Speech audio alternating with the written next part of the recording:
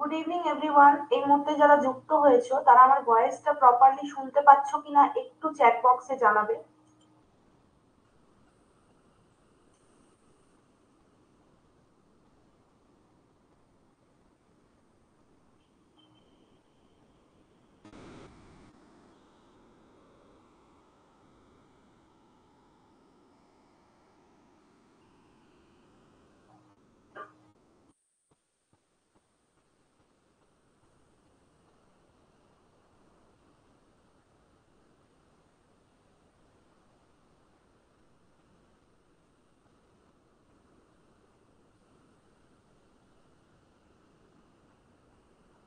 ওকে, শোনা যাচ্ছে। আচ্ছা, কেউ একজন জিজ্ঞেস করলে আজকে ফ্রি ক্লাস হবে নাকি। একদম আজকে ফ্রি ক্লাস।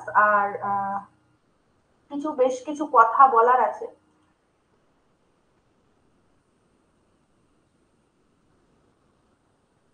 তো আমি প্রত্যেককে বলবো একটু ক্লাসটা শেষ অবধি অ্যাটেন্ড করবে অবশ্যই।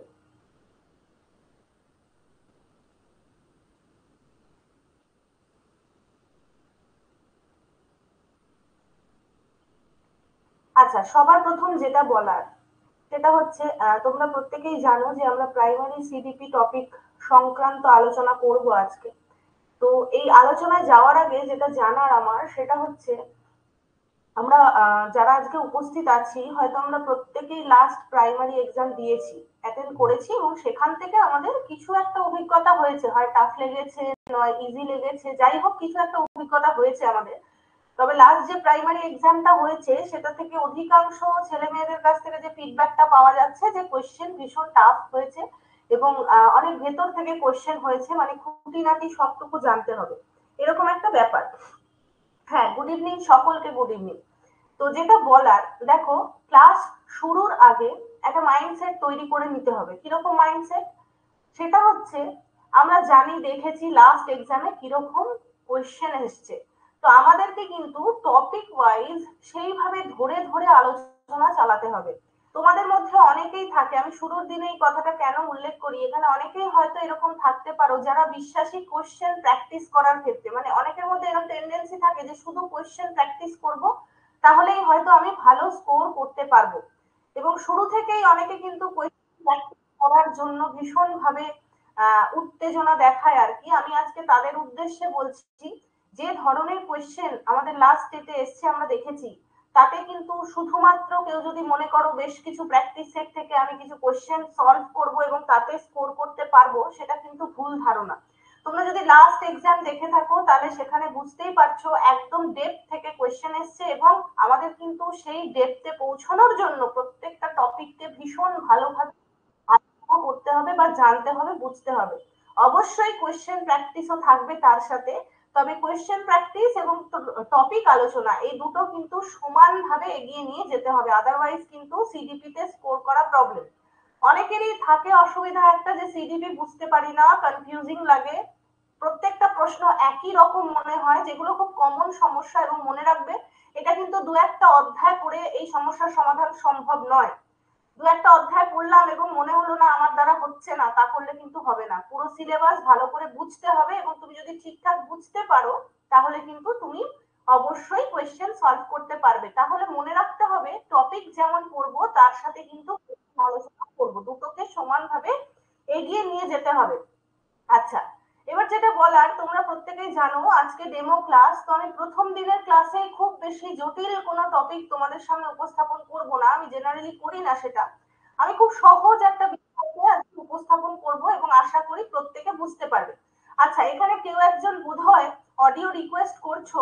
আমি অডিও রিকোয়েস্ট যারা করতে চাও, আমি ক্লাসটা একটু করে নিই, অবশ্যই তোমাদের বক্তব্য শোনার জন্য আমি সময় দেব, ঠিক আছে, কিন্তু সেটা ক্লাসের পর। তো আমি চলে যাব আজকের আমাদের ক্লাসে আলোচনায়। আচ্ছা, আজকে যেটা বললাম, খুব সহজ একটা টপিক উপস্থাপন করব।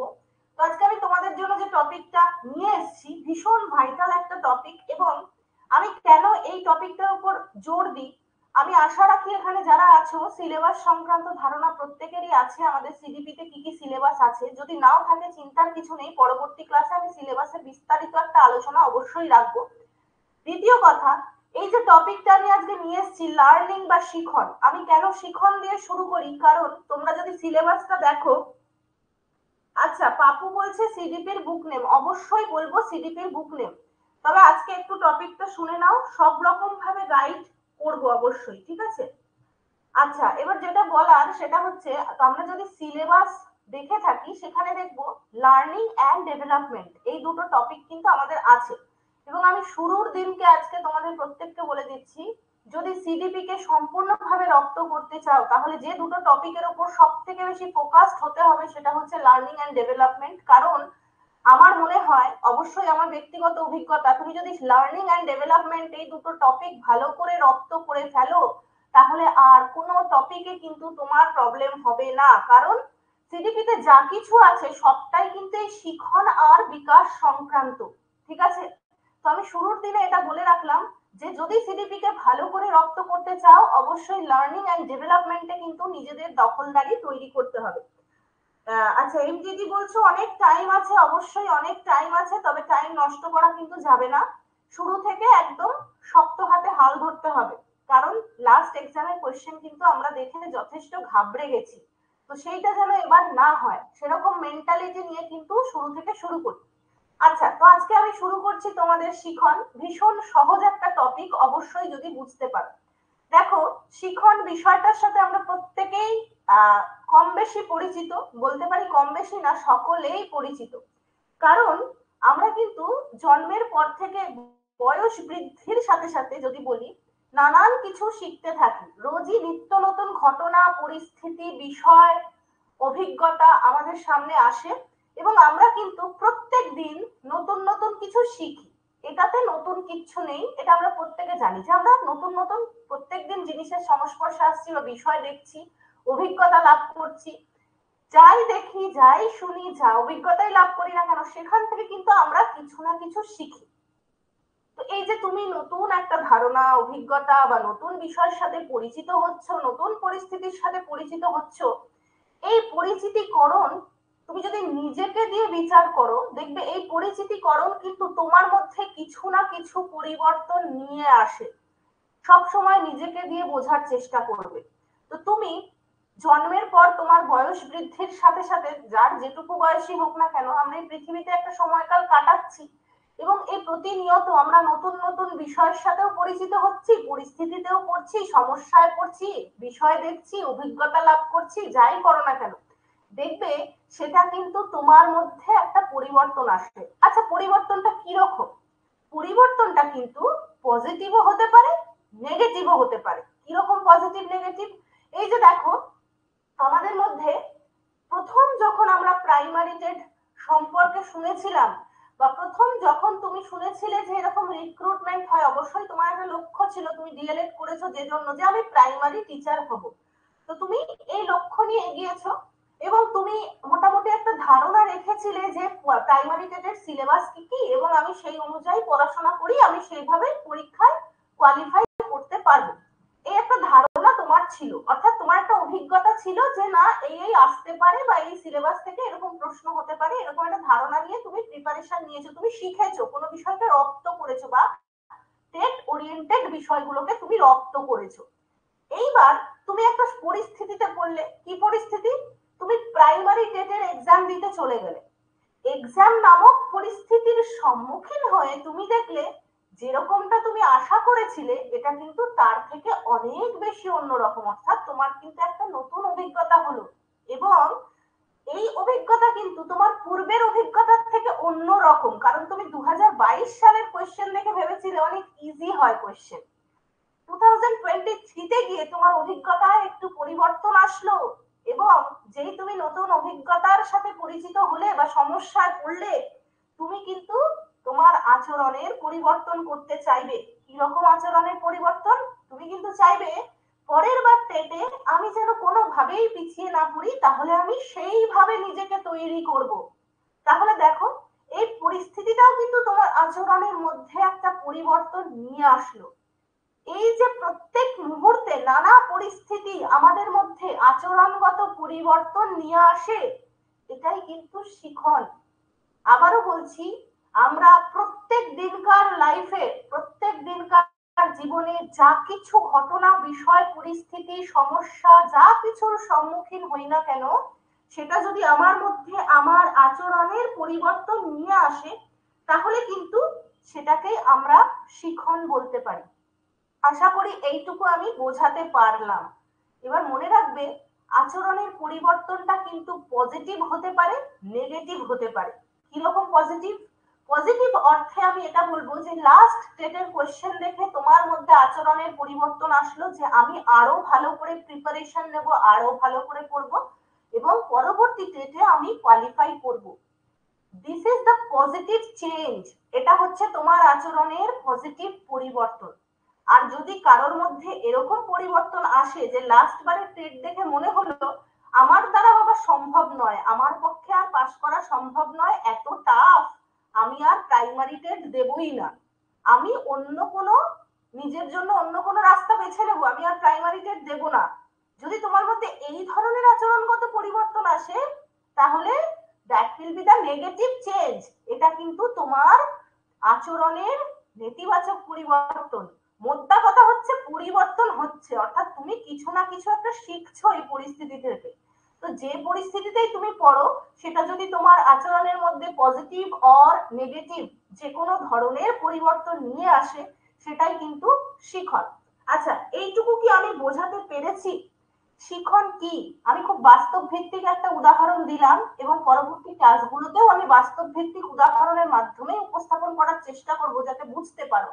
তো শিখন কি আমি কি এটা বোঝাতে পারলাম? একটু রেসপন্স করবে, ক্লাসে রেসপন্স করাটা ভীষণ জরুরি, যাতে আমি বুঝতে পারি যে আমি কতখানি তোমাদের বোঝাতে পারছি। আচ্ছা, সকলে বুঝতে পেরেছো আশা করি। এইবার এখানে একটা বিশেষত্ব আছে। বিশেষত্বটা হচ্ছে, দেখো শিখনের মাধ্যমে তো আমাদের মধ্যে আচরণের পরিবর্তন আসছে, সেটা যে কোনো ক্ষেত্রে হতে পারে, আচরণের পরিবর্তন আসছে, কিন্তু সেই আচরণটা কতদিন থাকবে? তোমার মধ্যে যে পরিবর্তনটা হলো, শিখনের দরুন তোমার মধ্যে আচরণের যে পরিবর্তনটা হলো, সেটা কতদিন স্থায়ী হবে সেটা কিন্তু বেশ কিছু বিষয়ের উপর নির্ভর করছে। কি কি বিষয় মনে রাখতে হবে? আমাদের মধ্যে যে আচরণের পরিবর্তন আসে তার স্থায়িত্ব নির্ভর করে আমার অভিজ্ঞতা এবং আমার অনুশীলনের উপর। অভিজ্ঞতা কিরকম? আমরা বলি না, যে কোনো কাজের সাথে তুমি যত বেশি দিন যুক্ত থাকবে তত তোমার বেশি অভিজ্ঞতা হবে। দেখবে তুমি যে কোনো জায়গায় চাকরি খুঁজতে যাও, তোমাকে বলবে তোমার এক্সপিরিয়েন্স কত। এক্সপিরিয়েন্স বলা মানুষকে দেখবে প্রায়োরিটি বেশি দেওয়া হয়, কারণ তুমি যত অভিজ্ঞ হবে তোমার আচরণে তত বেশি নিপুণতা থাকবে, তুমি তত নিপুণ ভাবে কর্ম সম্পাদন করার ক্ষমতা রাখবে। সুতরাং তোমার অভিজ্ঞতা কিন্তু তোমার আচরণটার স্থায়িত্বের ক্ষেত্রে গুরুত্বপূর্ণ। তুমি যত অভিজ্ঞ হবে তত বেশি স্থায়ী আচরণ করবে বা তত বেশি নিপুণ ভাবে আচরণটা করতে পারবে। আরেকটা বিষয় কি, অনুশীলন। আমরা অনেকেই, আমি যে এক্সাম্পলটা আমার সব স্টুডেন্টদের দিই সেটা হচ্ছে খুব বাস্তব। দেখো, আমরা অনেকেই মাধ্যমিক শেষের পর যে 3 মান্থস একটা সময় পেতাম, দৌড়ে গিয়ে কম্পিউটার কোর্সে ভর্তি হয়ে গেলাম যে না বেসিকটা শিখে রাখি। কম্পিউটার কোর্স করলাম, 3 মাস অতিবাহিত করলাম, সার্টিফিকেট পেলাম, দেন আবার আমি আমার পড়াশোনার লাইফে প্রবেশ করলাম, যথারীতি কম্পিউটার প্র্যাকটিস আর করা হলো না। আচ্ছা, তারপরে কি এরকম মনে হয়েছে যে আমি ভুলে গেছি সবকিছু? মানে বেসিকটা তুমি হয়তো শিখেছিলে, কিন্তু তুমি পরবর্তীতে যখন আর প্র্যাকটিস করোনি, দেখবে শেখা জিনিস আর মনে করতে পারছো না। আশা করি প্রত্যেকের সাথে হয়।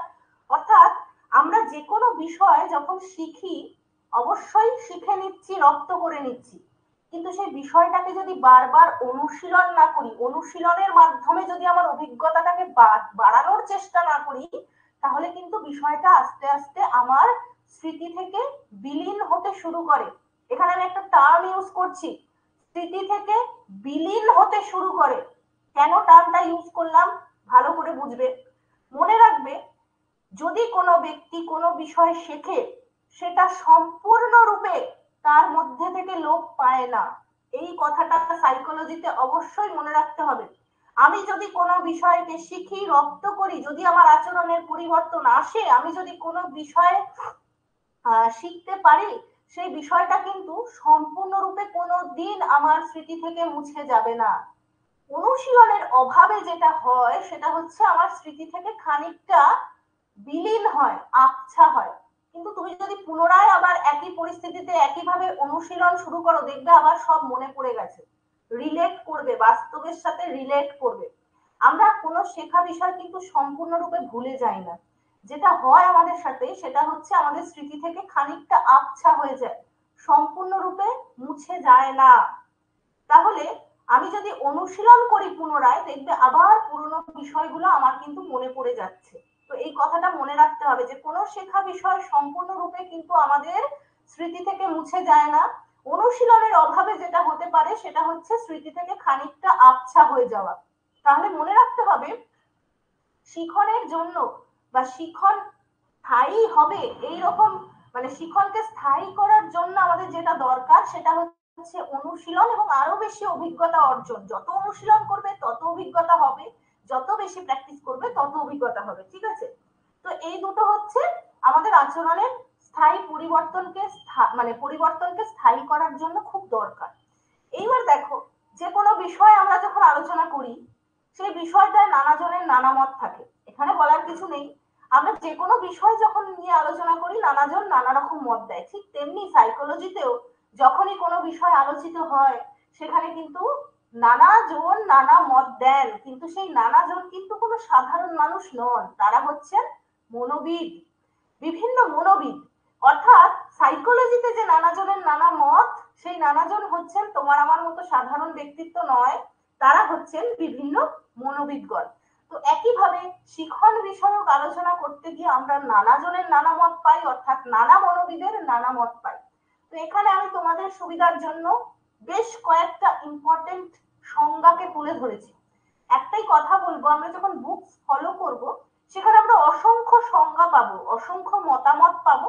একটা নোটসের মধ্যে এত কিছু উল্লেখ করা পসিবল হয় না। তো আমি চেষ্টা করি যেগুলো ইম্পর্টেন্ট সেগুলোকে নোটে রাখার, বাকি যখন বুক ফলো করবে তখন কিন্তু তোমরা অবশ্যই যে যতটা মনে রাখতে পারো পড়বে, তাতে কোনো অসুবিধা নেই, সেটা সম্পূর্ণ তোমার নিজস্ব ধারণ ক্ষমতার উপর নির্ভর করছে। এইবার এখানে আমি আসি শিখনের সংজ্ঞায়।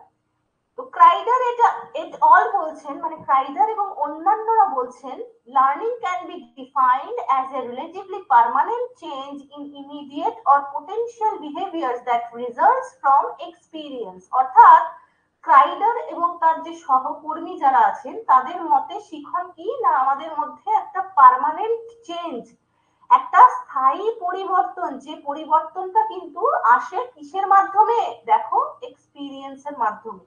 আমি প্রত্যেককে বলবো যে যতখানি সংজ্ঞা মনে রাখতে পারবে মনে রাখবে, কারণ অনেক সময় এই সংজ্ঞাগুলো তুলে কিন্তু আমাদেরকে এক্সামে প্রশ্ন করা হয় যে এই মতামতটি কার বা এই উক্তিটি কার। তো এই উক্তিটি হচ্ছে ক্রাইডার এবং তার সহকর্মীদের। নেক্সট আর একটা সংজ্ঞা আমি পাচ্ছি, সরি মতামত বলবো আমি এটাকে, উডবোর্ড কি বলছেন, শিখন হলো এমন একটি প্রক্রিয়া যা পরবর্তী ক্রিয়ার উপর স্থায়ী ছাপ রেখে যায়। অর্থাৎ যখনই কোনো ক্রিয়ার মধ্যে পূর্ববর্তী ক্রিয়ার ছাপ লক্ষ্য করা যাবে তখনই সেই ক্রিয়াকে শিখনের ফল মনে করা হয় বা মনে করা যেতে পারে। এখান থেকে একটা প্রশ্ন আমি বলতে পারি, কিরকম প্রশ্ন, কোন ক্রিয়ার মধ্যে পূর্ববর্তী ক্রিয়ার ছাপ লক্ষ্য করা গেলে সেই ক্রিয়াটিকে আমরা কি বলতে পারি। ইনস্ট্যান্ট আমি একটা প্রশ্ন বললাম তোমাদের, যে আমাদের কোনো কাজের মধ্যে পূর্ববর্তী অন্য কোনো কাজের ছাপ যদি আমরা দেখতে পাই তাহলে সেটাকে আমরা কি বলে উল্লেখ করতে পারি, সেটাকে আমরা বলতে পারি শিখনের ফল। অর্থাৎ তুমি একটা বিষয়কে শিখেছিলে পূর্বে এবং সেই শেখার দরুন সেই শিখন ফলটাই কিন্তু তোমার পরের ক্রিয়ার মধ্যে প্রতিফলিত হচ্ছে। তাহলে আমি যখন কোনো বিষয়কে শিখছি সেটা হচ্ছে আমার পূর্ববর্তী ক্রিয়া, এবং পরবর্তীকালে সেই শেখা বিষয়টাকে আমি যখন আমার কাজে অ্যাপ্লাই করছি সেটা হচ্ছে আমার পরবর্তী ক্রিয়া, এবং আমার অ্যাপ্লিকেশনটা হচ্ছে আমার শিখনের ফল। আমি শিখেছিলাম বলে আমি কাজটা করতে পারছি, আমি সিডিপি বিষয়কে নিজে রপ্ত করতে পেরেছিলাম বলে, যতটুকুই পারি পেরেছিলাম বলে আজকে আমি আমার ছাত্র ছাত্রীদেরকে সেটা শেখাতে পারছি। তাহলে আমি যখন সিডিপি কে নিজে শিখেছিলাম সেটা হচ্ছে আমার পূর্ববর্তী ক্রিয়া ছিল। বর্তমানে আমি যখন অ্যাপ্লাই করছি আমার জ্ঞানটা আমার ছাত্র ছাত্রীদের সামনে, সেটা হচ্ছে আমার শিখনের ফল। আমি শিখেছিলাম বলে সিডিপি পড়াতে পারি, আমি নিজে পড়েছিলাম বলে পড়াতে পারি, আমি না পড়লে পড়াতে পারতাম না। বাস্তব ভিত্তিক উদাহরণ দিয়ে বুঝতে হবে। আচ্ছা, নেক্সট আসছে ম্যাকডুগাল। ম্যাকডুগাল কি বলছেন? শিখন সংক্রান্ত ম্যাকডুগালের মত হচ্ছে শিখন হচ্ছে অভ্যাসের ফলে আচরণের পরিবর্তন। দেখো, ম্যাকডুগাল শিখনের ক্ষেত্রে অভ্যাসকে গুরুত্ব দিয়েছেন। এই ছোট ছোট জায়গাগুলো একটু মনে রাখতে হবে। ম্যাকডুগাল কিন্তু বলছেন অভ্যাস মানে জানো, আমরা প্রত্যেকদিন যে কাজটা করি সেটা আমাদের হ্যাবিটে পরিণত হয়, এবং যখন আমাদের হ্যাবিট হয়ে যায় অটোমেটিক্যালি কিন্তু আমাদের আচরণটা পরিবর্তিত হয়ে যায়। কেমন? দেখো, তুমি যখন ছোট ছিলে, ছোটবেলায় তুমি জানতে না যে যখন তুমি পড়াশোনার লাইফে প্রথম প্রবেশ করছো তখন কিন্তু তুমি জানতে না যে সকালবেলা উঠে কি করতে হয়। জেনারেলি আমরা বাচ্চা বয়সে যেটা করি বড় হয়ে সেটা করি না। সকালবেলা উঠে ব্রাশ করে ফ্রেশ হয়ে নিজে ব্রেকফাস্ট করে পড়তে বসতে হবে, স্কুলে যেতে হবে, এটা তোমাকে শেখানো হয়েছে। যখন তোমার এই অভ্যেসটা ছিল না, তুমি কিন্তু রোজ সকালে হয়তো স্কুলে যেতে গিয়ে কান্নাকাটি করতে। আস্তে আস্তে তোমার যখন এই স্কুলে যাওয়ার অভ্যেসটা তৈরি হয়ে গেল, অটোমেটিক্যালি কিন্তু তোমার আচরণে পরিবর্তন হয়ে গেল। তুমি সকাল হলেই বলবে কি, না আমার স্কুলে যেতে হবে, তাড়াতাড়ি স্নান করে নিই বা রেডি হয়ে নিই। তাহলে যেই তোমার অভ্যাস তৈরি হচ্ছে, অটোমেটিক তোমার কিন্তু আচরণে পরিবর্তন আসছে। এটাকেই ম্যাকডুগাল শিখন বলেছেন। মর্গ্যান অ্যান্ড কিং কি বলছেন? মর্গ্যান অ্যান্ড কিং বলছেন শিখনকে অভিজ্ঞতা বা অনুশীলনের ফলে আচরণের যে কোনো তুলনামূলক স্থায়ী পরিবর্তন হিসেবে কিন্তু সংজ্ঞায়িত করা যায়। অর্থাৎ মর্গান এবং কিং কিন্তু অভিজ্ঞতা আর অনুশীলনকে গুরুত্ব দিচ্ছেন শিখনের ক্ষেত্রে। তো এখানে আমি বেশ কয়েকটি ইম্পর্টেন্ট মতামত তুলেছি, তোমাদের যেটা বললাম একটু চেষ্টা করবে মনে রাখার, এবং যে যত বেশি মত মনে রাখতে পারবে তার কিন্তু তত ভালো। তো এই মতামতকে বিশ্লেষণের ভিত্তিতে আমরা যদি বলি শিখনের সংজ্ঞা, শিখন কাকে বলে, এই মতামতকে বিশ্লেষণের ভিত্তিতে যদি আমি শিখন কাকে বলে বলি, কি বলতে পারি? শিখনকে তাৎক্ষণিক বা কার্যকর আচরণের তুলনামূলক স্থায়ী পরিবর্তন হিসেবে কিন্তু সংজ্ঞায়িত করা যায়। দেখো, এগুলোতে বোঝার কিচ্ছু নেই। শিখনের দরুন কিন্তু আমাদের মধ্যে ইনস্ট্যান্ট আচরণের পরিবর্তন আসে, এবং সেই পরিবর্তনটা অবশ্যই কার্যকর হতে হবে, যেটা তোমার কাজে লাগবে, এবং স্থায়ী হতে হবে। আমাকে সবসময় মনে রাখতে হবে শিখন কিন্তু স্থায়ী আচরণের পরিবর্তন। এটা নিয়ে পরে আসছি।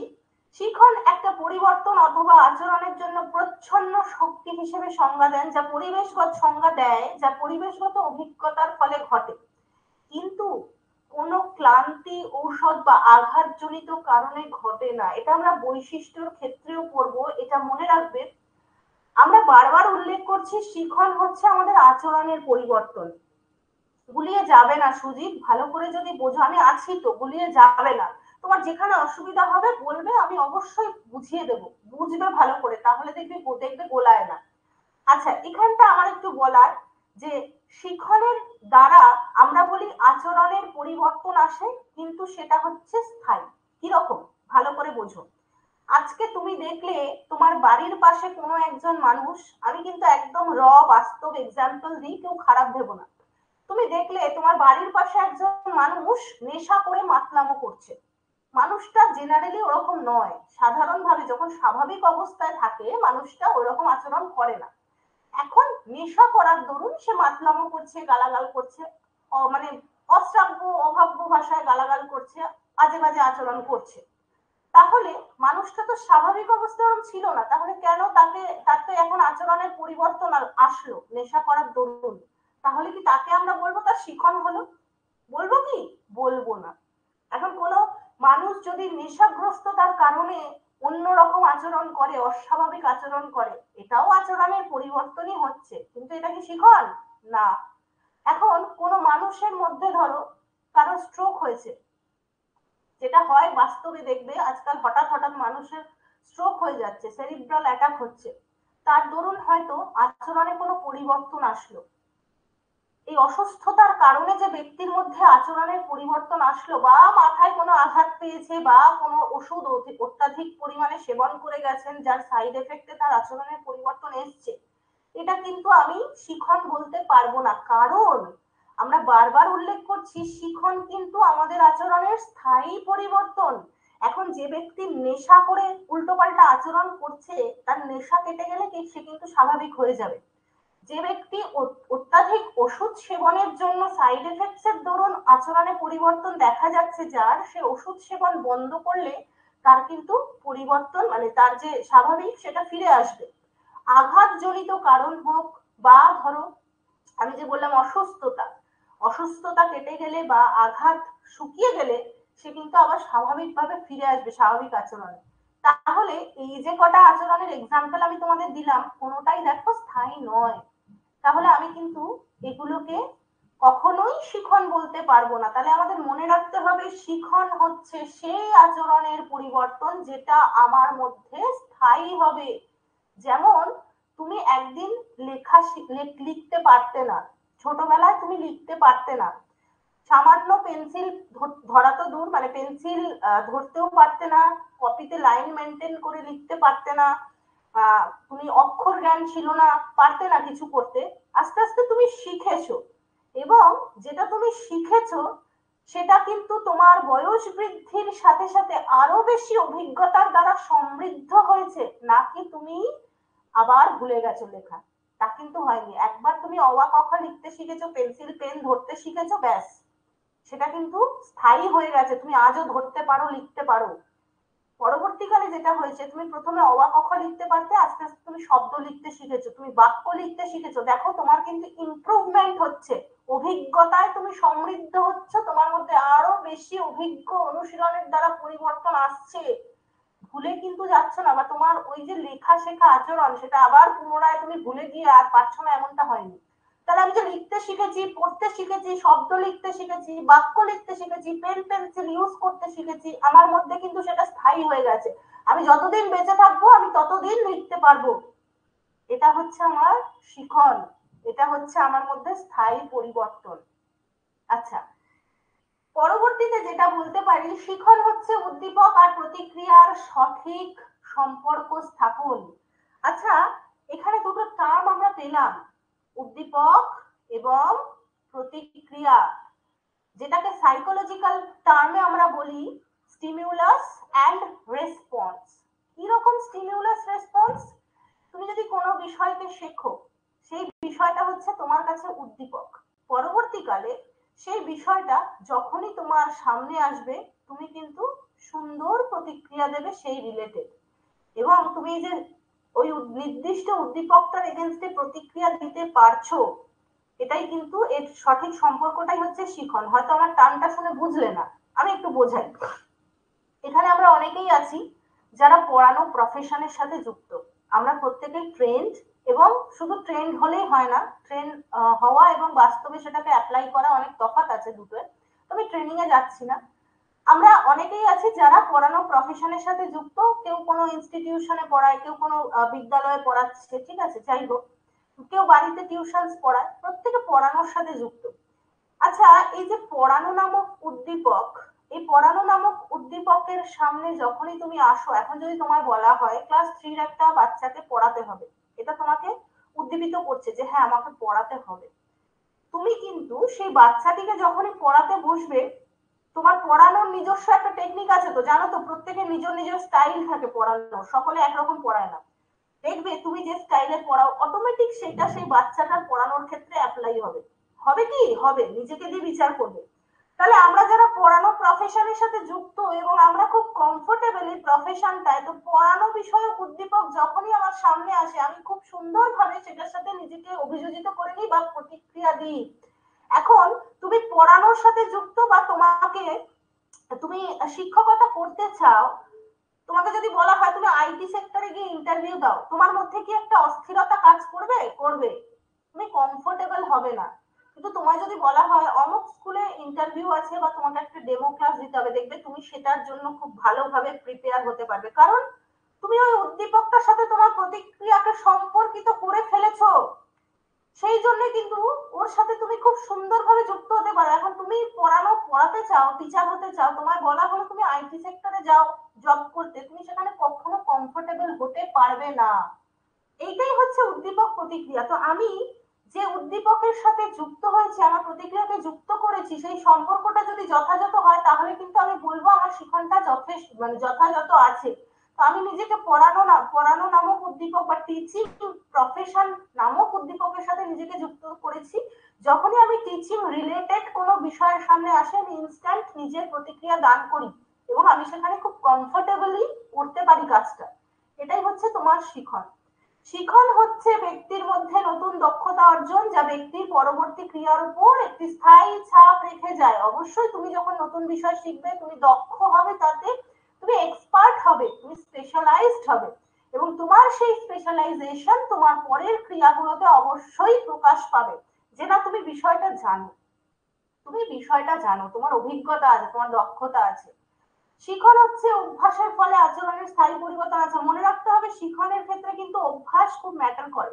মানে আমরা শিখনের ক্ষেত্রে যেহেতু অনুশীলনের কথা বলি, আমরা যখন বারবার কোনো বিষয়কে অনুশীলন করি অটোমেটিক্যালি সেটা কিন্তু আমাদের অভ্যাসে পরিণত হয়। আচ্ছা, এই যে শিখন এটাকে আমরা স্থায়ী পরিবর্তন বলি আচরণের, এবং এটা কিন্তু আমাদের অভিজ্ঞতার উপর প্রতিষ্ঠিত। তোমার যত বেশি অভিজ্ঞতা হবে তত বেশি স্থায়ী হবে কিন্তু তোমার আচরণ। যদি অভিজ্ঞতা কম থাকে তাহলে কিন্তু বেশি দিন স্থায়ী হবে না, মানে ওই আবছা হয়ে যাবে। যত বেশি তুমি অভিজ্ঞ হবে তত বেশি স্থায়ী হবে। আচ্ছা, শিখন হলো সেই প্রক্রিয়া যার সহায়তায় আমরা আচরণের মধ্যে এমন পরিবর্তন আনতে পারি যা পরিবেশের সাথে আমাদের সম্বন্ধের উন্নতি সাধন করে।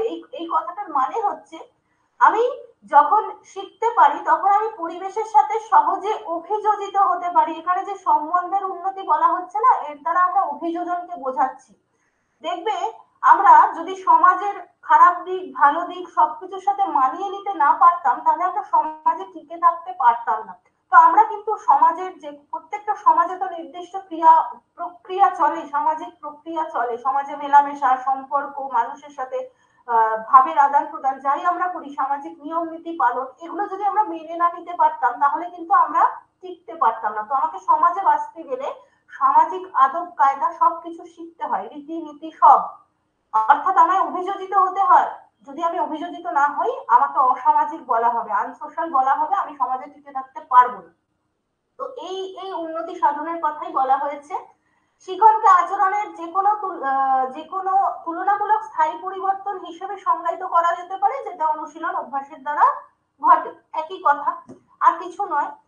তো এই হচ্ছে শিখন বিষয়টা। আচ্ছা, এইটুকু পড়ে আমি বাকিটাতে যাচ্ছি। আগে বলো, এইটুকু পড়ে কার ঘুম পেলো, কার বোরিং লাগলো, একটু আগে শুনে নি। কারো কি মনে হচ্ছে কি বোরিং লাগছে, কি ঘুম পাচ্ছে? অনেকের লাগে সিডিপি পড়তে গেলে বোরিং লাগে, ঘুম পায়, ইন্টারেস্ট পাওয়া যায় না, এরকম কারো ফিল হচ্ছে? আচ্ছা, মিলিয়া পারভিন কি বলছো? ম্যাম বলেছো, কি বলছো বলো? কার কার ঘুম পেলো এটুকু পড়ে বলো, বা বোরিং মনে হলো ভীষণ?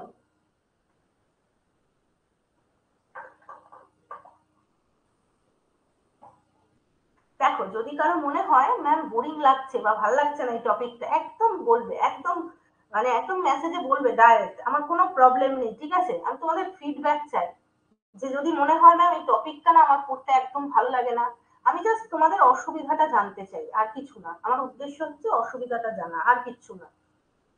আচ্ছা, তাহলে এইটুকু বোঝা গেছে শিখন কি।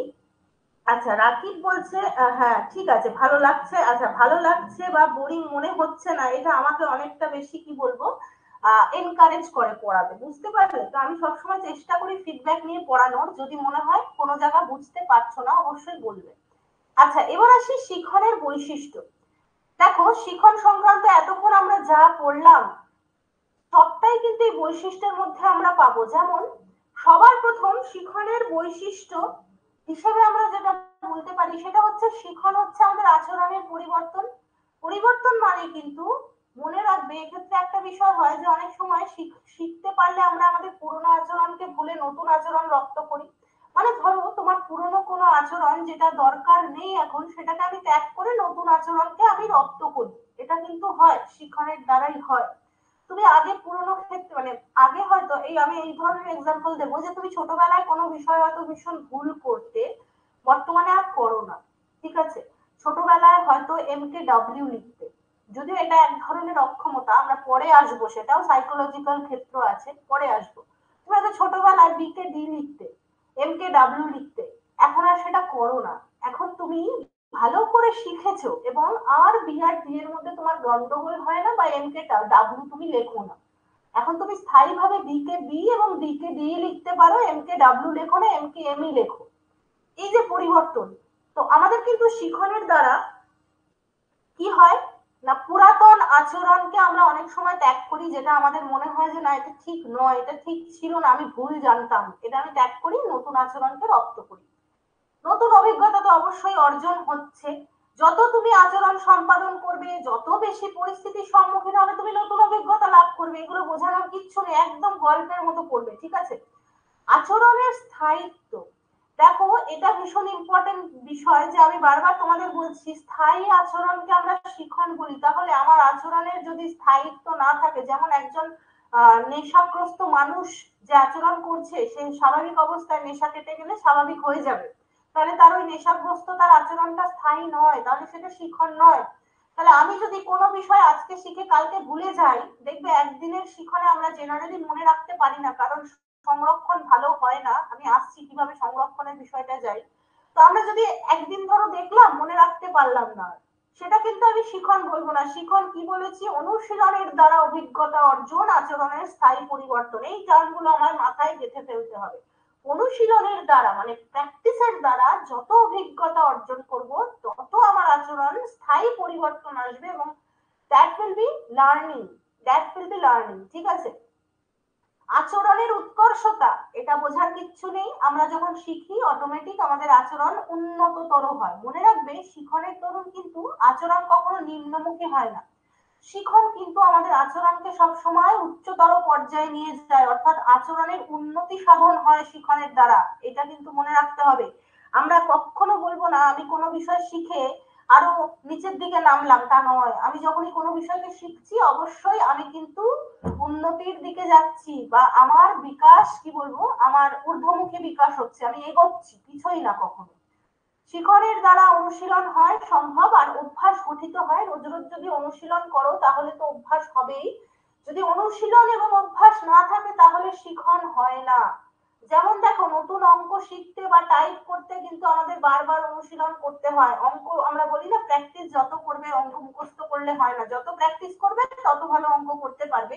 সেরকমই আমরা যদি টাইপিং শিখি, আমাদের কিন্তু বারবার টাইপ প্র্যাকটিস করতে হয়, না হলে তুমি কিবোর্ডে বসে খুঁজতে থাকবে কোথায় এ আছে কোথায় বি আছে। এখানে একটা টার্ম পাচ্ছি, পরিণমন, ম্যাচিউরেশন। এখানে আমরা টার্ম একটা পেলাম, পরিণমন বা ম্যাচিউরেশন। আমরা জেনারেলি ইংলিশ টার্মটার সাথে খুব বেশি যুক্ত। আমরা একে বলি ও ম্যাচিউরিটি নেই, দেখবে আমরা কথায় কথায় বলি এর কোনো এখনো ম্যাচিউরিটি হয়নি, বয়স আন্দাজে এখনো ম্যাচিউরেশন আসেনি। তো এই যে কথায় কথায় আমরা বলি না ম্যাচিউরিটি নেই, ম্যাচিউরেশন আসেনি, এটাই হচ্ছে পরিণমন। কিরকম, এটা অ্যাকচুয়ালি আমাদের পরিপক্কতা, ঠিক আছে। এর জন্য আলাদা করে কোনো দেখো এখানে ফেস দেখা যায় না, কারণ আমরা যখন স্ক্রিনটা শেয়ার করি অ্যাপে, এখানে ফেসটা দেখা যায় না, হ্যাঁ। আচ্ছা, যেটা বলার সেটা হচ্ছে পরিণমনে কি হয়। পরিণমন হচ্ছে আমাদের পরিপক্কতা। পরিপক্কতা মানে বয়স বাড়ার সাথে সাথে একটা সময় আসে যখন আমরা সব দিকে সাবলীলতা অর্জন করি। আমি একদম পাতি বাংলায় বলছি, বইয়ের ভাষায় যাচ্ছি না। পরিণমন হচ্ছে এমন একটা ক্ষেত্র বা বিষয় যেটা আমরা বয়স বৃদ্ধির সাথে সাথে অটোমেটিক লাভ করি। এর জন্য আমাদের আলাদা করে উদ্দীপক দরকার হয় না, বা এর জন্য আমাদের আলাদা করে প্রিপেয়ার হতে হয় না যে এই আমার 18 বছর হচ্ছে এবার আমার ম্যাচিউরেশন আসবে, না। অটোমেটিক দেখবে ম্যাচুরেশন চলে আসে। পরিস্থিতি আমাদের মধ্যে পরিপক্কতা এনে দেয়। এবার এই পরিপক্কতা কিন্তু দুভাবে হয়। তুমি দৈহিক দিক থেকে পরিপক্ক হতে পারো, তুমি মানসিক দিক থেকে পরিপক্ক হতে পারো। দৈহিক দিক থেকে অর্থাৎ আমাদের দেহের গঠন কাঠামো যখন সার্বিকভাবে একদম মানে বিকাশ লাভ করে যায়, দৈহিক পরিবর্তন হয় যেন বয়সের সাথে সাথে। তো একটা সময় পর সেই দৈহিক পরিবর্তন থেমে যায়, হয়তো আয়তনের এদিক ওদিক হতে পারে, বা আকারগত উচ্চতাগত এই পরিবর্তনগুলো থেমে যায়, অর্থাৎ তুমি কিন্তু ম্যাচিওর হয়ে গেলে শারীরিক দিক থেকে। আরেকটা হয় মানসিক ভাবে। মানসিক ভাবে অর্থাৎ তুমি যে কোনো বিষয়কে দেখার দৃষ্টিভঙ্গি, সমস্যা সমাধানের ক্ষমতা, চিন্তা চেতনা কল্পনা, এই যে মানসিক ক্ষেত্রগুলো, এইগুলোতে যখন তোমার পরিপক্কতা আসে, তখন আমরা বলি মেন্টালি ম্যাচিওর। তো তোমার কিন্তু শিখনের জন্য এই পরিণমন হওয়া খুব দরকার, কারণ তোমার যদি যথাযথ পরিপক্কতা না থাকে তাহলে কিন্তু তুমি কোনো বিষয়কে শিখতে পারবে না। মানে যে বিষয়টা শিখছো সেই বিষয় শেখার অনুরূপ পরিপক্কতা যদি তোমার না থাকে তাহলে কিন্তু তুমি সেই বিষয়টাকে শিখতে পারবে না। তো আমাদের যেমন দেখো এখানে আমি একটা এক্সাম্পল দিয়েছি, লেখা শেখার জন্য হাতের আঙুলগুলো সে ধরনের যোগ্যতা অর্জন করতে হবে। মানে দেখা গেল তোমার হাতের পেশি সুদৃঢ় হয়নি, তোমার আঙুলে কোনো বল নেই, তাহলে কি তুমি পেন ধরতে পারবে? পারবে না। তুমি পেন্সিল পেন কিচ্ছু ধরতে পারবে না। তাহলে তোমাকে প্রপারলি লেখা শেখার জন্য কিন্তু হাতের আঙুলের গঠন ঠিকঠাক হতে হবে, অর্থাৎ ম্যাচিওর হতে হবে, পরিপক্ক হতে হবে। সেম ভাবে তোমার পায়ের পেশিগুলো যদি ঠিক করে সুদৃঢ় না হতো ছোটবেলায়, তুমি দৌড়তে পারতে না। আমরা জেনারেলি প্রথমে হামাগুড়ি বসতে শিখি, হামাগুড়ি দিই, দাঁড়াতে শিখি, হাঁটতে শিখি, এইভাবে যখন আমাদের পায়ের পেশি পরিপক্ক হয় তারপরে আমরা দৌড়াই। তো এখন যদি তোমার পায়ের পেশি ম্যাচিওর না হয় তাহলে কিন্তু তুমি দৌড়াতে পারবে না, দৌড়ানো শিখতে পারবে না। তাহলে যে কোনো বিষয় শেখার জন্য সেই বিষয় সংক্রান্ত পরিপক্কতা থাকা দরকার, তবেই তুমি সেই বিষয়টা শিখতে পারবে। এই জন্য দেখবে প্রত্যেকটা শ্রেণীর আলাদা আলাদা সিলেবাস থাকে। কেন থাকে? কারণ আমরা জানি প্রত্যেক শ্রেণীর শিক্ষার্থীদের একটা নির্দিষ্ট বয়স সীমা থাকে এবং সেই বয়স সীমা অনুযায়ী শিক্ষার্থীদের যতটা ক্ষমতা আমরা ততটুকুই সিলেবাসে তাদের দিই, তার বেশি দিলে তারা গ্রহণ করতে পারবে না, কারণ তাদের অতটা পরিপক্কতা নেই। এখন তুমি যদি ক্লাস 1-2 এর একটা বাচ্চাকে বড় বড় ম্যাথ শেখাতে যাও, সে পারবে না। তার যেটুকু ক্ষমতা ওই প্লাস মাইনাস এডিশন মাল্টিপ্লিকেশন এগুলোই সে পারবে, এর বেশি কিন্তু পারবে না। টেবিল পড়া এর বেশি কিন্তু সে পারবে না। তো সেই কারণে আমরা বলতে পারি পরিণমন কিন্তু ভীষণভাবে দরকার শিখনের জন্য। আচ্ছা, এরপর হচ্ছে শিখন প্রেষণা নির্ভর, এটা ভীষণ ইম্পর্টেন্ট। প্রেষণা মানে কি? মোটিভেশন, চাহিদা। যেমন এই মুহূর্তে তোমাদের প্রত্যেকের চাহিদা হচ্ছে আমাকে প্রাইমারি টিচার হতে হবে, প্রাইমারি টেট কোয়ালিফাই করতে হবে, এটা হচ্ছে তোমার মোটিভেশন। এবার এই মোটিভেশনটা আছে বলে তুমি কিন্তু প্রাইমারি টেটের জন্য পড়তে এসছো, আদারওয়াইজ তুমি পড়তে আসতে না। তোমার কি দরকার এসব পড়ার? সিডিপি ফিডিপি? তোমার মোটিভেশন আছে, তোমার প্রেষণা তাগিদ আছে যে আমায় প্রাইমারি টেট পাস করতে হবে, তাই আমায় সিডিপিটা পড়তে হবে। এখানে অনেকে আছে সায়েন্সের স্টুডেন্ট যাদের ভালো লাগে না সিডিপি পড়তে, বাট স্টিল তারা পড়ে। কেন পড়ে? তার তাগিদ, তার প্রেষণা যে আমায় প্রাইমারি টেটের জন্য এই এই টপিকটাও পড়তে হবে, এই বিষয়টাও জানতে হবে। ঠিক আছে? তো তোমার যদি চাহিদা না থাকে তাহলে কিন্তু তুমি শিখতে পারবে না।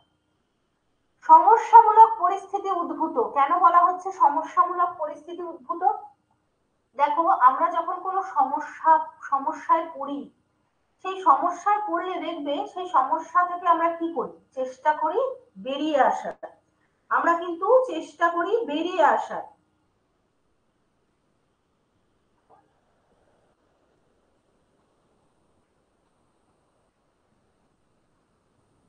আচ্ছা, ফেস দেখা নিয়ে দেখছি এখানে একটা সমস্যা তৈরি হয়েছে।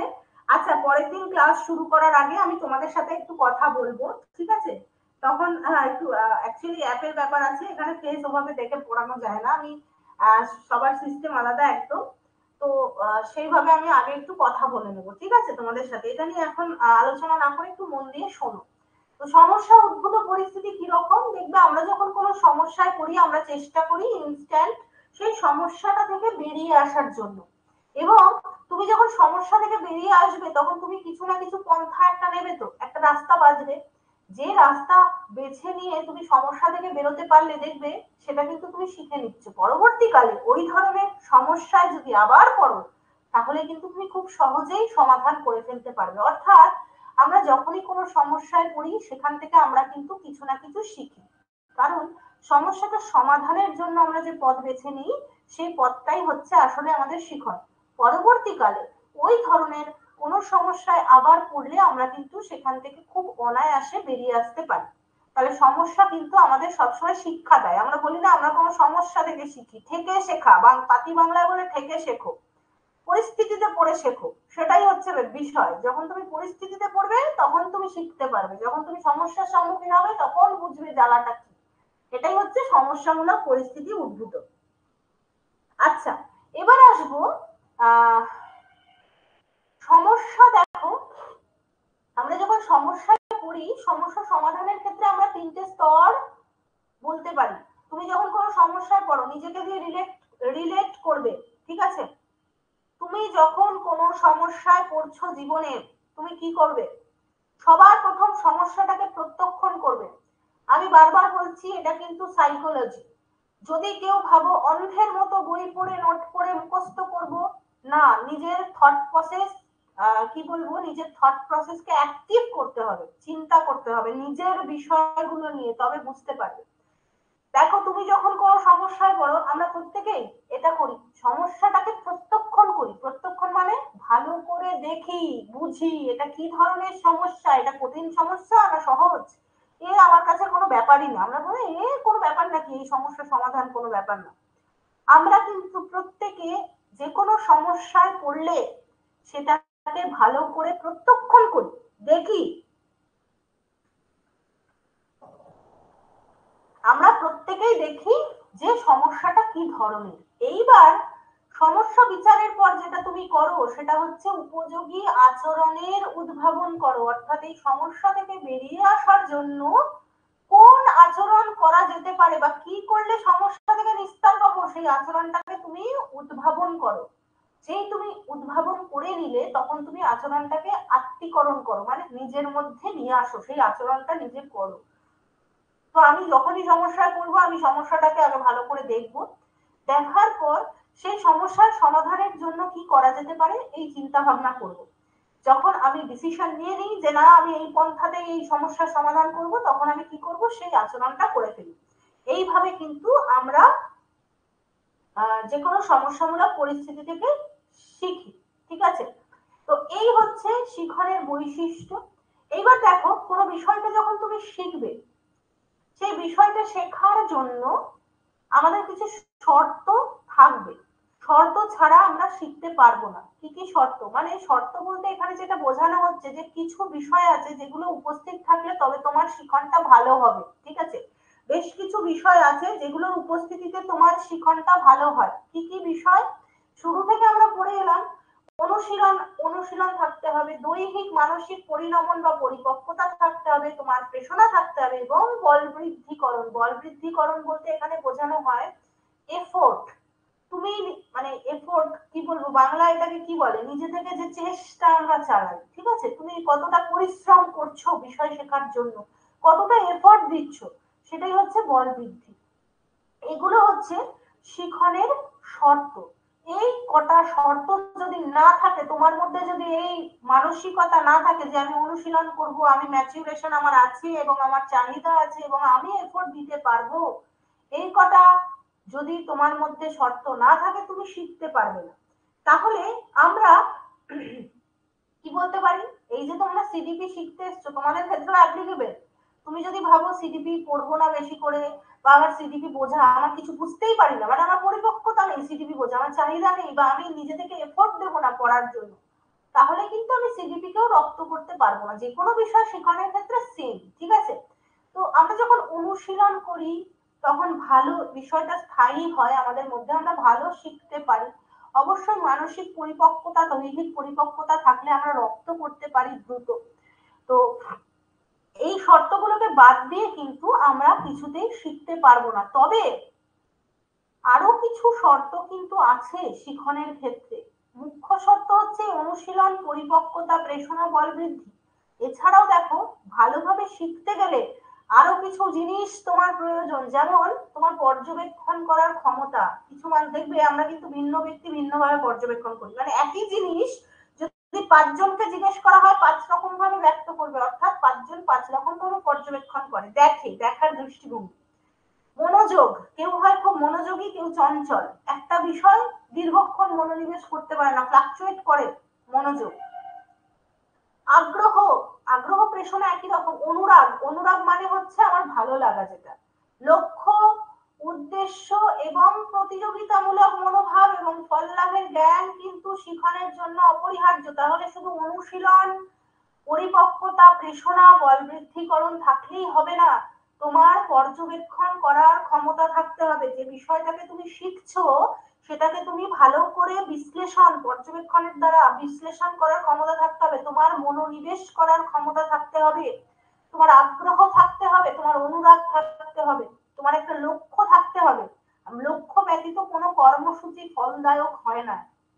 উদ্দেশ্য লক্ষ্য অবশ্যই থাকতে হবে এবং একটা কম্পিটিটিভ মাইন্ড থাকতে হবে যে আমাকে ভালো করে রপ্ত করতেই হবে অন্যদের থেকে। এবং ফল লাভের জ্ঞান, দেখো ফল লাভের জ্ঞান বলতে যেটা বোঝানো হয়, আমরা কোনো বিষয়কে তো এমনি শিখি না, সেটা শেখার পর সেটা জীবনে আমার কি কাজে লাগবে এই ধারণাটা আমাদের মধ্যে থাকে।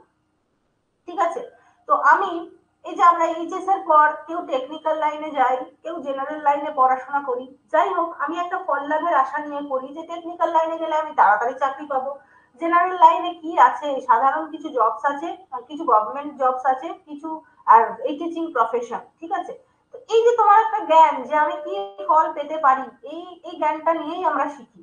কোনো বিষয়কে এমনি শিখি না, শিখে কি করব এই জ্ঞানটা নিয়ে কিন্তু আমরা শিখি। তাহলে এগুলো কিন্তু আমাদের অপরিহার্য শর্ত।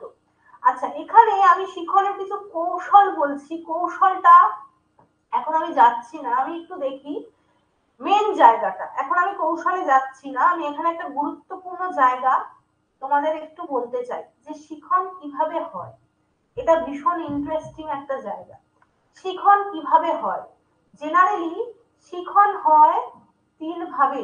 ঠিক আছে, কিভাবে শিখনের স্তর দেখো, অভিজ্ঞতা অর্জন বা গ্রহণ, সংরক্ষণ এবং পুনরুত্থাপন, এই তিনটে এখানে মেনশন করা আছে। আমি কিভাবে হয় একটু বোঝানোর জন্য এখানটা একটু লিখে দেখাবো। দেখো, আমরা জেনারেলি যে সমাজে থাকি, যে পরিস্থিতিতে থাকি, সেখান থেকে আমরা দুটো জিনিস পাই, এক পাই জ্ঞান আর এক পাই অভিজ্ঞতা। ঠিক আছে, তো তুমি যে সমাজে যে পরিস্থিতিতে যেখানেই থাকো সেখান থেকে তুমি জ্ঞান এবং অভিজ্ঞতা লাভ করো। যেই তুমি জ্ঞান এবং অভিজ্ঞতা লাভ করছো, স্টার্ট হয়ে যাচ্ছে তোমার শিখন প্রসেস, তোমার লার্নিং প্রসেস স্টার্ট হচ্ছে। এইবার এই যে জ্ঞান আর অভিজ্ঞতাটা তুমি লাভ করলে, এটাকে কি করব? সংরক্ষণ করব, তো চেষ্টা করব তো নিজের মধ্যে ধরে রাখার, নিজের মধ্যে ধরে রাখার চেষ্টা করব, যে শুনে ভুলে গেলাম এক কান দিয়ে ঢোকালাম এক কান দিয়ে বের করে দিলাম, এরকম ব্যাপার নেই। আমরা যা জ্ঞান বা অভিজ্ঞতা লাভ করছি সেটাকে কি করছি? চেষ্টা করছি সংরক্ষণ করার। ঠিক আছে, সংরক্ষণ করার চেষ্টা করছি মানে মনে রাখার চেষ্টা করছি, স্মৃতিতে ধরে রাখার চেষ্টা করছি। এবার এখানে আমি একটা কথা তোমাদের বলবো, আমরা যা কিছু দেখি, যা কিছু শুনি, যা কিছু জ্ঞান বা অভিজ্ঞতা লাভ করি, তার সবটা আমরা সংরক্ষণ করতে পারি না। পারো কি? পারো না। আমি এখন পড়াতে গিয়ে তোমাদের অসংখ্য উদাহরণ দিচ্ছি, কথা বলছি, অনর্গল কথা বলছি। আচ্ছা, আমি যা কিছু বলছি তোমাদের মধ্যে থেকে কেউ কি হুবহু মনে রাখতে পারবে? না। সাইকোলজি বলে আমাদের মাইন্ড ভীষণ সিলেক্টিভ, মানে আমরা ততটুকুই মনে রাখি বা ততটুকুই সংরক্ষণ করি যতটুকু আমার কাছে সংরক্ষণযোগ্য বলে মনে হয়। আবারও বলছি, আমাদের মাইন্ড সিলেক্টিভ, এটা সারা জীবন মনে রাখার মতো একটা বিষয়, এটা আমি বলি না, সাইকোলজি বলে। ব্যক্তির মস্তিষ্ক হচ্ছে মানে ব্যক্তির মন হচ্ছে সিলেক্টিভ, আমরা ততটুকুই মনে রাখি, ততটুকুই স্মৃতিতে ধরে রাখি যতটা আমার মনে হয় স্মৃতিতে ধরে রাখা দরকার। তাহলে তুমি কিন্তু যেটুকু জ্ঞান বা অভিজ্ঞতা লাভ করছো তার সবটা মনে রাখো না, তুমি ততটাই সংরক্ষণ করো যতটা তোমার মনে হয় সংরক্ষণ করা প্রয়োজন। অর্থাৎ আমরা প্রত্যেকেই কিন্তু যা জ্ঞান বা অভিজ্ঞতা লাভ করি তার একটা চিত্র নিজেদের মতো করে তৈরি করে নিই নিজেদের মস্তিষ্কে। ঠিক আছে, নিজের মতো করে সাজিয়ে নিই। যে কোনো জ্ঞান বা অভিজ্ঞতাকে, এটা মনে রাখবে, যে কোনো জ্ঞান বা অভিজ্ঞতা আমরা এখন লাভ করি সেটাকে কিন্তু আমরা নিজেদের মধ্যে, নিজের মাথায় নিজের মতো করে সাজিয়ে নিই, অন্য কারোর মতো করে করি না। আমার যেরকম সুবিধা আমি আমার নিজের মতো করে সাজিয়ে নিই, অর্থাৎ আমি সংরক্ষণ করছি। এবার এই যে সংরক্ষণ করছি, এই সংরক্ষণ কি এমনি করছো? এমনি করছো না, ভবিষ্যতে কাজে লাগাবে বলে।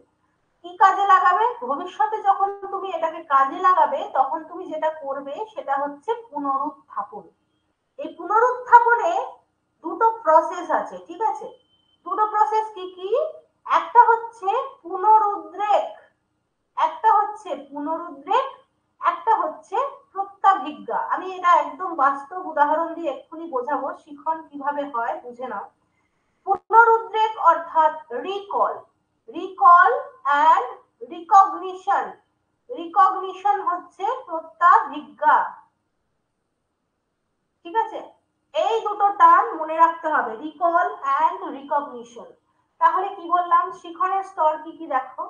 শিখনের স্তর হচ্ছে অ্যাকচুয়ালি এই তিনটে: সংরক্ষণ, পুনরুদ্রেক এবং প্রত্যাভিজ্ঞা। কোথায় চলে গেল, আচ্ছা দাঁড়াও, টাচ হয়ে গেল ভুল করে। শিখনের স্তর হচ্ছে তিনটে, সংরক্ষণ, পুনরুদ্রেক আর প্রত্যাভিজ্ঞা, এই তিনটে হচ্ছে শিখনের স্তর। মনে রাখবে, কোনোদিন যেন ভুল না হয়। এইবার কিভাবে হচ্ছে, এই মুহূর্তে তোমরা প্রত্যেকে আমার কাছ থেকে সিডিপি সংক্রান্ত জ্ঞান বা অভিজ্ঞতা লাভ করছো। এই যে জ্ঞান বা অভিজ্ঞতা তোমরা আমার কাছে লাভ করতে এসছো, এখান থেকে শুরু হচ্ছে তোমার শিখন প্রসেস। যেটুকু জ্ঞান বা অভিজ্ঞতা তোমরা আমার কাছ থেকে পাচ্ছ, তোমরা চেষ্টা করছো সেটাকে নিজের মধ্যে সংরক্ষণ করার, ধরে রাখার, যে ম্যাম কি কি পড়াচ্ছে মনে রাখার চেষ্টা করছো, সংরক্ষণ করার চেষ্টা করছো, বা রাদার তোমরা সংরক্ষণ করছো। এই যে সংরক্ষণ করছো, তোমরা কিন্তু আমার কথাকে হুবহু মনে রাখতে পারছো না। তোমাদের যতটুকু মনে হচ্ছে যে ম্যাম এই জায়গাটা বলছেন এটা ইম্পর্টেন্ট, তোমরা সেটুকুই সংরক্ষণ করছো নিজের মতো করে, হচ্ছে সংরক্ষণ। এইবার এই সংরক্ষণটা তুমি এমনি করবে না, অকারণে কি করবে, করবে না। তোমার একটা উদ্দেশ্য আছে। উদ্দেশ্যটা কি, তোমাকে এক্সামে ঠিকঠাক এটা লিখে আসতে হবে। তাহলে এই যে উদ্দেশ্য, যে আমার এক্সামে লিখে আসতে হবে, এটা হচ্ছে পুনরুত্থাপন। তো তুমি যেটুকু সংরক্ষণ করো সেটাকে যখন পরবর্তীকালে কাজে লাগাচ্ছ, মনে করছো, সেটাই হচ্ছে পুনরুত্থাপন।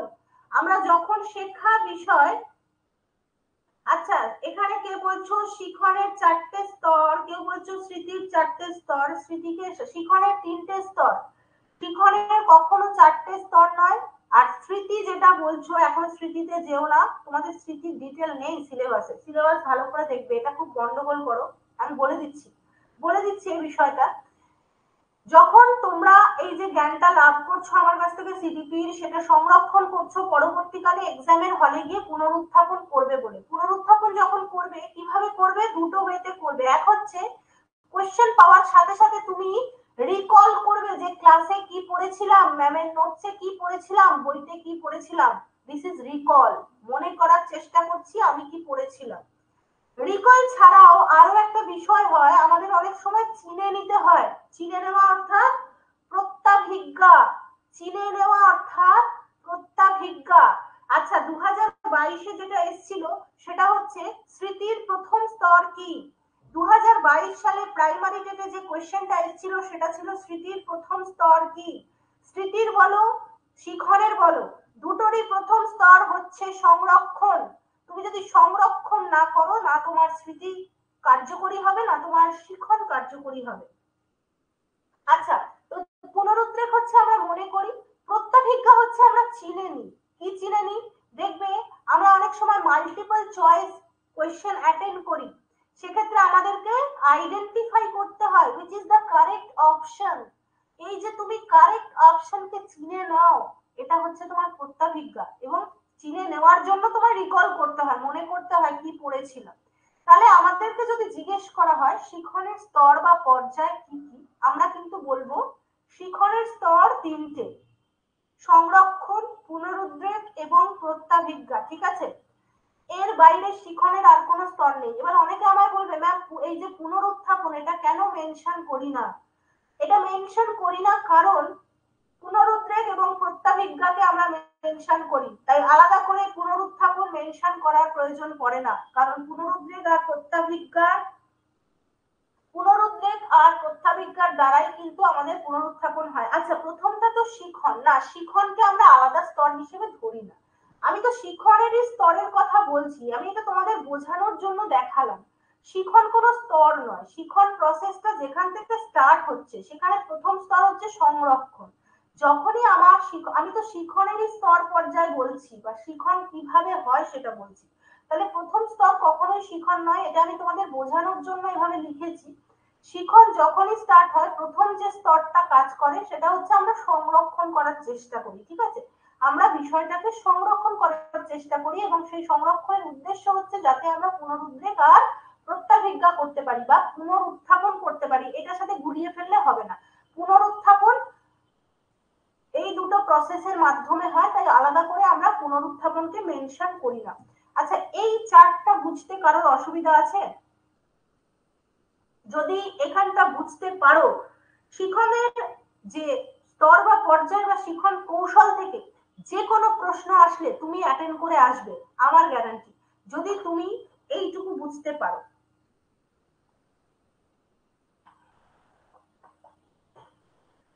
আচ্ছা, আশা করি প্রত্যেকে বুঝতে পেরেছো। তাহলে কি বললাম, যখন শিখন শুরু হয় প্রথম স্তর হয় সংরক্ষণ। আমরা সংরক্ষণ করি, সেই সংরক্ষিত বিষয়কে পরবর্তীকালে আমরা রিকল করি বা পুনরুদ্রেক করি বা মনে করি এবং চিনে নিই, প্রত্যাভিজ্ঞা করি। ঠিক আছে, এখানটা ভালো করে মাথায় রাখবে, এখানটা খুব ভালো করে মাথায় রাখবে, ভুল যেন না হয়। আচ্ছা, এবার আসি যারা যে বলছিলে স্মৃতি, স্মৃতিকে এর সাথে গন্ডগোল করবে না। আরো একটা কথা বলে দিই, তোমাদের সিলেবাস এই স্মৃতি নিয়ে প্রচুর প্রবলেম তৈরি হয়, কারণ আছে একটা। আজকে যেহেতু প্রথম ক্লাস, একটু ডিসকাশন করে দিই। স্মৃতি নিয়ে প্রবলেম তৈরি হওয়ার কারণ হচ্ছে এই যে সংরক্ষণ, এই যে সংরক্ষণ কেন প্রবলেম তৈরি হয় তার আরো একটা কারণ হচ্ছে আমরা নানা জায়গার নানা প্র্যাকটিস সেট সলভ করি, সেইখানে সলভ করতে গিয়ে আমরা স্মৃতি থেকে একাধিক প্রশ্ন পাই। এইবার আমরা যখন প্র্যাকটিস সেট সলভ করব তখন অন্ধের মতো করব না। কেন বলতো? কারণ প্র্যাকটিস সেটে যে কোয়েশ্চেন্স গুলো থাকে সেটা কিন্তু শুধুমাত্র ওয়েস্ট বেঙ্গল টেটের সিলেবাস অনুযায়ী থাকে না। তোমাদের আবারও বলছি, তোমরা বাজার চলতি যা কিছু প্র্যাকটিস সেট ইউজ করবে সেখানে কিন্তু অনলি ওয়েস্ট বেঙ্গল টেটের সিলেবাস অনুযায়ী আনসার্স বা কোয়েশ্চেন্স থাকে না। সেখানে সি টেটের সংযুক্ত থাকে, ইউপি টেট থাকে, আরো অনেক টেট হয়, সেই সব জায়গা থেকে কোয়েশ্চেন বেছে বেছে সেখানে অ্যাড করে একটা প্র্যাকটিস সেট বাজার চলতি বের করে দেওয়া হয়।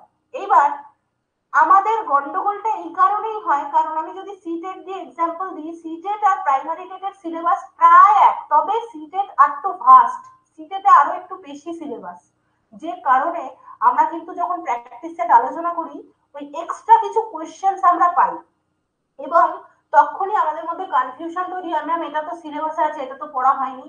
তাই আমি প্রত্যেককে বলবো, টেট প্রিপারেশন নেওয়ার আগে সিলেবাস রপ্ত করতে হবে।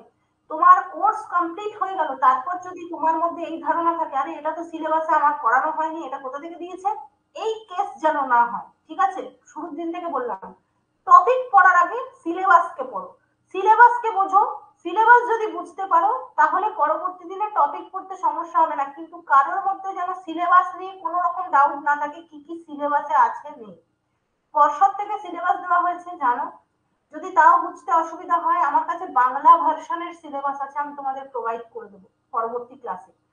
সিলেবাসকে, আচ্ছা অভিজ্ঞতা অর্জন বা গ্রহণ এটা কি? অভিজ্ঞতা অর্জন মানে তুমি একটা পরিস্থিতি, আচ্ছা আমি একটা অভিজ্ঞতা অর্জনের কথা বলি, বাস্তব উদাহরণ। ঠিক আছে, আমি কোনো বইয়ের উদাহরণে যাই না। তুমি ডিএলএড করেছো, তো তুমি ডিএলএড করেছো, তুমি কি বলবো, পড়াতে কিভাবে হয় এই একটা অভিজ্ঞতা তোমার আছে, ভালো করে বুঝবে। তুমি যখন ডিএলএড করেছো তুমি একটা অভিজ্ঞতা লাভ করেছো ডিএলএড করতে গিয়ে, যে কিভাবে পড়াতে হয়, পড়ানোর আদব কায়দা, বাচ্চাদের পড়ানোর আদব কায়দা তুমি একদম থিওরিটিক্যাল প্র্যাকটিক্যাল শিখে এসছো। এইবার ওইটুকু অভিজ্ঞতা তোমার আছে। আজকে ধরো তুমি একটা স্কুলে চাকরি পেলে, সেটা কোনো প্রাইভেট স্কুল হোক, অনেকেই আছি আমরা প্রাইভেট স্কুলের সাথে যুক্ত, যেমন আমি একটা প্রাইভেট স্কুলের সাথে যুক্ত, তোমাদের মধ্যেও হয়তো অনেকে আছো প্রাইভেট স্কুলের সাথে যুক্ত।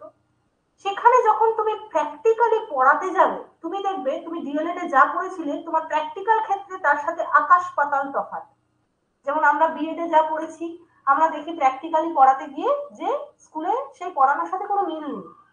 এই যে তোমার একটা অভিজ্ঞতা ছিল যে কিভাবে পড়াতে হয় সেটা তুমি জানতে, ওই ট্রেনিং করার সময় যেটুকু জানতে, বাস্তবিক জ্ঞান ছিল না।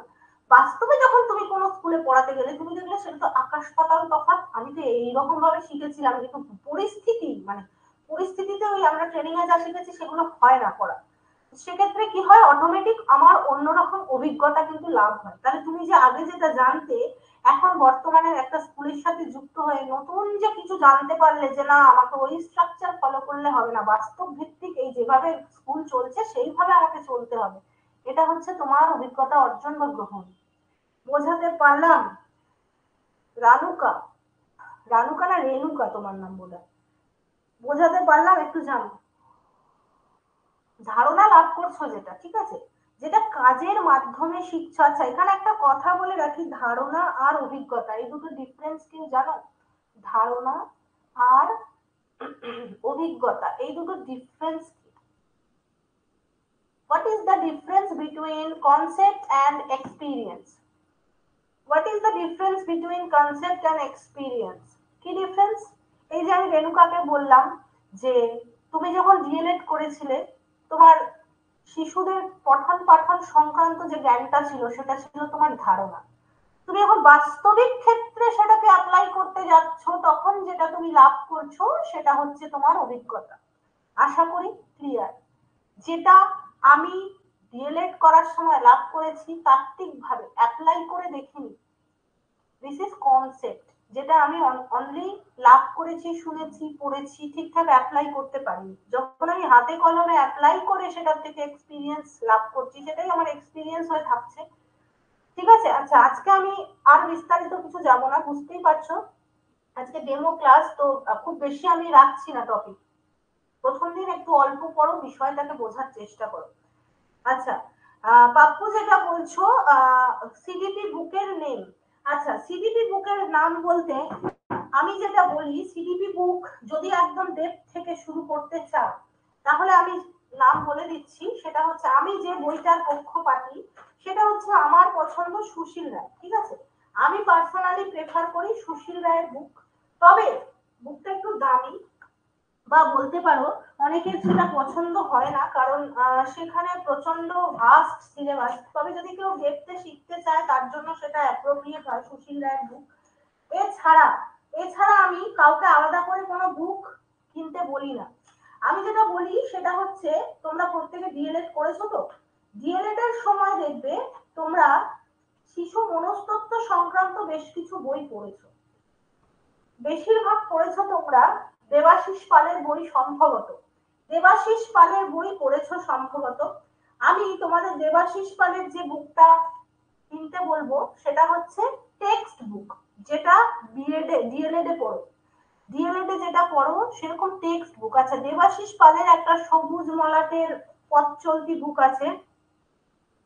হ্যাঁ, পাপু সুশীল রায়ের যেটা নিউ এডিশন সেটা দুটো পার্টে আছে। ওই দুটো পার্ট যদি পড়তে পারো অনেকটা কভার হয়ে যায়। আচ্ছা, আরেকটা কথা বলি, একটা বুকে কিন্তু পুরো সিলেবাস, হ্যাঁ টেটের জন্য, একদম টেটের জন্য, কিন্তু হ্যাঁ একটা কথা, কোশ্চেন আনসার সংক্রান্ত বই আমি, শিশু শিক্ষা কোশ্চেন আনসার সংক্রান্ত আমি কোনো বই সাজেস্ট করি না, আমি একটু ডিটেল বই সাজেস্ট করি। ঠিক আছে, ওই কোশ্চেন আনসার সংক্রান্ত বইতে যেটা হয় অসংখ্য ভুল থাকে। আমি যেটা বলছিলাম, সুশীল রায় শিশু মনস্তত্ত্ব, শিশু শিক্ষা এগুলো ফলো করতে পারো। এছাড়া দেবাশিস পালের যে টেক্সট বুক গুলো হয় সেগুলো ফলো করতে পারো। শিশু মনোবিদ্যা সংক্রান্তই দেবাশিস পালের টেক্সট বুক। আমি কিন্তু বাজারে একটা সবুজ মলাটের দেবাশিস পালের প্রাইমারি টেটের বুক আছে, অনেকের কাছেই হয়তো ওটা আছে, আমি ওটা একদমই ফলো করতে না করি। কারণ প্রথমত ওখানে যে ডিটেলস গুলো দেওয়া আছে সেগুলো খুব শর্ট, মানে যারা নতুন পড়ছো বা ডেপথে পড়তে চাইছো তাদের জন্য ওটা অ্যাপ্রোপ্রিয়েট নয়। এছাড়া ওখানে যে প্রশ্ন উত্তর গুলো আছে, হ্যাঁ, রীতা পাবলিকেশনের ডক্টর দেবাশিস পাল, একদম রীতা, একদম ঠিক, রীতা পাবলিকেশনে। আর ওই সবুজ মলাটের বুকটা চেষ্টা করবে ফলো না করার, কারণ ওখানে প্রশ্ন উত্তরে অজস্র ভুল আছে এবং ওখানে যে ডিটেলসটা দেওয়া সেটা তোমাদের জন্য অ্যাপ্রোপ্রিয়েট নয়। ঠিক আছে, তো আমি বলবো ওই বুকটা ফলো না করতে। আচ্ছা, আমি এখানে কিছু বুকের নাম তোমাদের মেনশন করছি, দেখো তো পড়েছো কিনা। তোমরা ডিএলএড এর ফার্স্ট ইয়ারে, মানে তোমাদের সেমিস্টার বোধহয় ফার্স্ট ইয়ারে যখন পড়তে, তখন হচ্ছে তোমরা ডক্টর দেবাশিস পালের শিশু মনস্তত্ত্ব এই বইটা পড়েছো? আমি লিখে দিচ্ছি এখানে, হ্যাঁ, শিশু মনস্তত্ত্ব এই বুকটা পড়তে পারো। এগুলো কিন্তু সব টেক্সট বুক, এগুলো কিন্তু সব টেক্সট বুক। এই আমি যে বুকগুলো লিখে দিচ্ছি এগুলো কিন্তু সব টেক্সট বুক। আচ্ছা, এটা হচ্ছে ডক্টর দেবাশিস পাল, এটা হচ্ছে ডক্টর দেবাশিস পালের বুক। আমি একটু লিখে দিই, যদি কারোর মনে হয় নোট ডাউন করবে লিখে নিতে পারো। আচ্ছা, আরেকটা আছে রীতা পাবলিকেশনের, আরেকটা আছে রীতা পাবলিকেশনের শিশু পর্যবেক্ষণ। শিশু পর্যবেক্ষণ, এই বুকটা কিনতে পারো। এটা হচ্ছে, রাইটার হচ্ছেন অশোক গুপ্ত, এর রাইটার হচ্ছেন অশোক গুপ্ত। ঠিক আছে, এটা একটা রীতা পাবলিকেশনের বুক। পাবলিকেশনটা আমি আর লিখলাম না, এটা হচ্ছে রীতা পাবলিকেশনের বুক। ঠিক আছে, শিশু পর্যবেক্ষণ, এটা হচ্ছে অশোক গুপ্ত। আচ্ছা, এছাড়াও রীতা পাবলিকেশনের বুকগুলো মোটামুটি ভালো, অসুবিধা নেই। আরো একটা আমি বলতে পারি, সেটা হচ্ছে আরেকটা পাবলিকেশন আমি বলবো, আহেলি পাবলিশার্স যেটা, বা আহেলি পাবলিকেশন যেটা, আহেলি পাবলিকেশনের একটা বুক আছে ভীষণ ভালো, সেটা হচ্ছে শিশু শিক্ষা। শিশু শিক্ষা, এই বুকটা হচ্ছে আহেলি পাবলিকেশনের। একটু পাবলিকেশন গুলো তোমরা লিখে নাও, এটা হচ্ছে আহেলি, হ্যাঁ, এটা হচ্ছে আহেলির শিশু শিক্ষা, এটা আহেলি পাবলিকেশন। এর রাইটার হচ্ছেন দুজন, ডক্টর উদয় শঙ্কর কবিরাজ। এগুলো তোমরা সবই প্রাইমারি টেটের জন্য ফলো করতে পারো। ডক্টর উদয় শঙ্কর কবিরাজ, এখানে জায়গা নেই বলে একটু তেরা বেকা লিখলাম, আর ডক্টর উর্মি চক্রবর্তী। ঠিক আছে, এই দুজন রাইটার, এই দুজন রাইটার হচ্ছে এই বুকটার। মোটামুটি এই যদি তোমরা ফলো করতে পারো তাহলে কিন্তু আর কিছু দরকার নেই। তবে হ্যাঁ, কেউ যদি ভাবো ম্যাম একটা বুক থেকে সব, না। আরেকটা তো বললাম সুশীল রায় শিশু মনোবিদ্যা, যেটা সুশীল রায়, ওটা মেনশন করছি না, সুশীল রায় শিশু মনোবিদ্যা, ওটা ফলো করতে পারো। যদি না হয় ডিএলএড এ তোমরা মনে হয় এগুলো পড়েছো, এই টেক্সট বুক গুলো, এই কটা বুক যদি ফলো করো, বাকি আমার নোটস পাবে, কোনো অসুবিধা হবে না।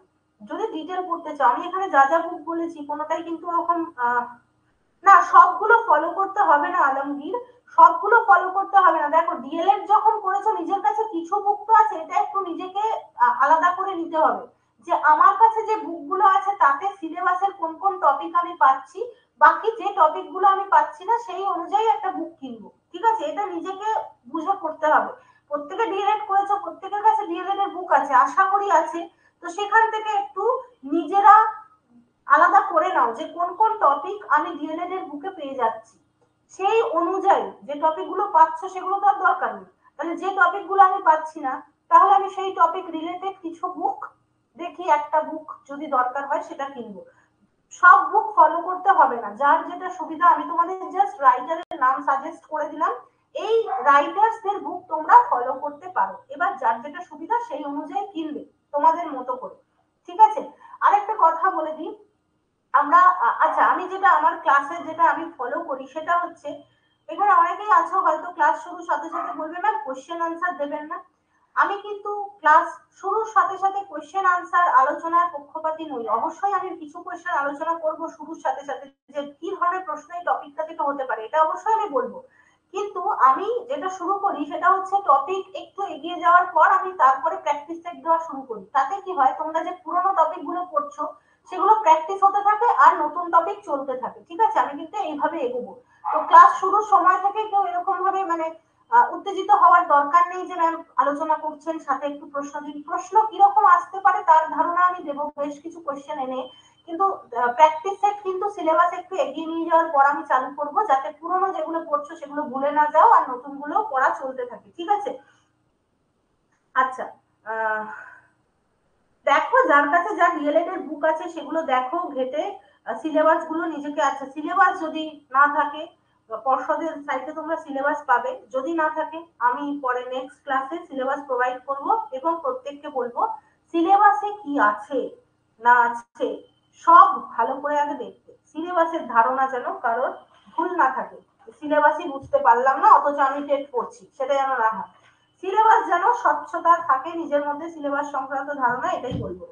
ঠিক আছে, আচ্ছা, আর কারো কিছু অসুবিধা আছে, কিছু জিজ্ঞাসা থাকলে করতে পারো, আদারওয়াইজ আমি ক্লাসটা তাহলে এখানে শেষ করব।